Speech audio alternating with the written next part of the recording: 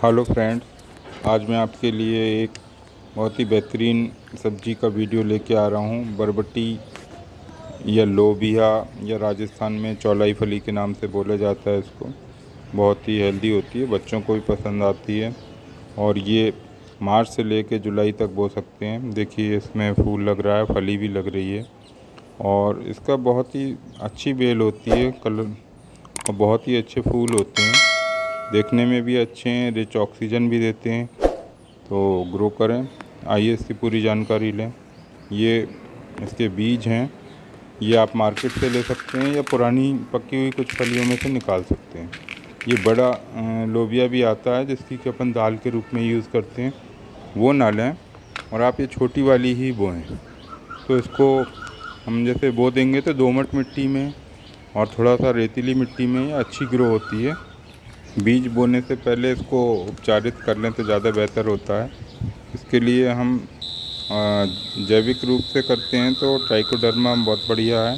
इसमें हल्का पानी छिड़क के बीजों में और ये पाउडर डाल के और इसको सुखाते हैं तो ये क्या है कि आपका ग्रोइंग परसेंटेज भी बढ़ाता है और पौधे होने के बाद उसको रोग प्रतिरोधक क्षमता देता है और कई बीमारियों से बचाता है। इसके अलावा आप नीम की पत्तियों को बॉईल करके और उसमें लहसुन का पेस्ट मिला दें, उसमें बीज को उपचारित करें, वो भी बहुत बढ़िया है। और इसमें हमें मचान बनाने की ज़रूरत पड़ती है क्योंकि ये बेल के रूप में फैलती है और ऊपर फैलती है, तो आप इसको थोड़ा मचान बना दें ऊपर और कुछ लटका दें।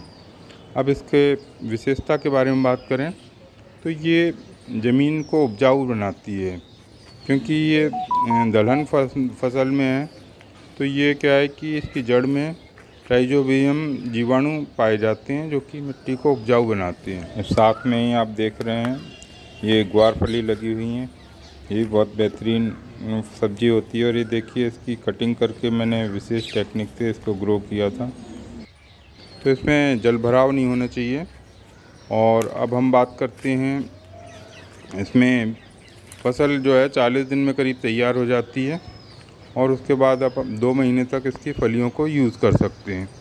अब इसकी बीमारियों के बारे में बात करते हैं तो इसमें रस चूसने वाली जो कीड़े होते हैं, सफ़ेद मक्खी बोलते हैं, मऊ भी बोलते हैं, वो लग जाता है। तो इसके लिए अगर हम जैविक रूप से बात करें तो नीम की पत्ती को बॉईल करके और उसमें लहसुन कूट के मिला लें और उसका स्प्रे अगर आप करते हैं तो ये बीमारी ख़त्म हो जाती है महीने में 2 बार। या फिर आप अगर केमिकल रूप से यूज़ करना चाहते हैं तो डाई मिथाइल या रोगर 2 ml करीब 1 लीटर पानी में मिला के महीने में 2 बार इसका छिड़काव कर दें तो ये इसका जो है रोकथाम हो जाती है। वरना इससे पत्तियां भी सूखने लगती हैं और धीरे धीरे पूरी आपकी बेल सूख जाती है और इसमें फूल और फली बनना बंद हो जाती है।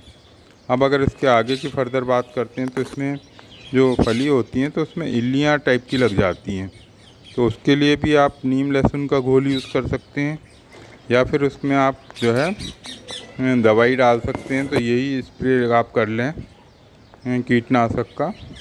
और चाहें तो आप इसमें ऊपर कुछ ऐसी डंडियाँ लगा दें कि पक्षी वगैरह बैठ जाएं तो वो इन कीड़ों को खाते रहते हैं, तो उससे भी हमारा बचाव होता है। ये देखिए साथ में लगी हुई है लौकी की बेल और ये इसकी भी 3G कटिंग होती है और इसके भी वीडियो मैंने दिए हैं। देखिए लौकी लगी हुई है। तो ये था मेरा वीडियो, आपको कैसा लगा? अगर अच्छा लगा हो तो लाइक करें, सब्सक्राइब करें, दूसरों को भी शेयर करें, ऑक्सीजन रिच लें। Thank you.